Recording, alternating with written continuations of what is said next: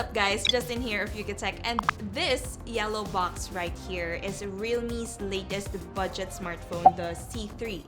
And there are two variants available globally. The Indian version will come with 2 rear cameras, while the global version, which is also the one we'll get in the Philippines, has 3 cameras. Alright, let's unbox this thing. So lifting up the cover, we get the usual smaller box with the manuals and SIM ejector tool. Under that is the unit itself. Ooh, red! Let's set that aside for now. Below that, we get the power brick and a USB to micro USB cable.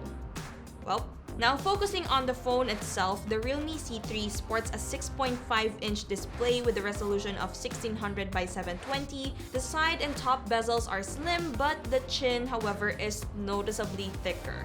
We get a 5-megapixel front camera on its notch, which Realme calls the mini drop. Right above it is its earpiece speaker. Now located underneath are the speakers, 3.5mm audio jack, yes, microphone for calls, and micro USB port. Meanwhile, at the left you can find the dual nano SIM tray with a dedicated micro SD card slot and the volume rockers. You'll find the power button on the right. At the back, besides some Realme branding, we get a rear-mounted fingerprint scanner, LED flash, and triple rear camera setup, which is composed of a 12-megapixel primary, 2-megapixel portrait, and 2-megapixel macro shooter. Design-wise, the plastic cover has a wavy, ridged finish that gives it this ray-like pattern when hit by light. Under the hood, the Realme C3 is equipped with a MediaTek Helio G70 chip paired with 3GB of RAM and 32GB of internal storage. We were able to run Antutu in it and it yielded a total of 181,968. The newly released MediaTek G70 performed admirably, able to beat out the Snapdragon 665 used in the Realme 5 synthetic benchmarks. Animations on the UI were smooth and we didn't notice stuttering when using the device for basic tasks.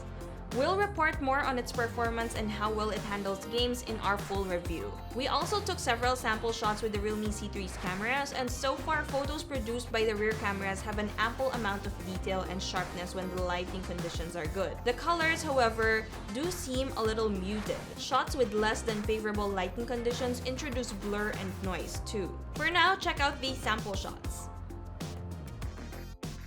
Now, keeping this device running is a whopping 5,000 mAh battery with 10-watt charging support. It runs on Realme UI 1.0 based on Android 10 and has Google Mobile Service support. As for price, there's no official announcement yet, but we'll update you guys in the description box. Anyways, watch for our full review soon, and feel free to let us know about your thoughts about the Realme C3 in the comments. And if you enjoyed this video, please do drop a like, subscribe to our channel for more content, hit that bell icon so you don't miss any future uploads, and be sure to visit yugatech.com for the latest tech news and reviews. Once again, this is Justin, and I'll see you soon!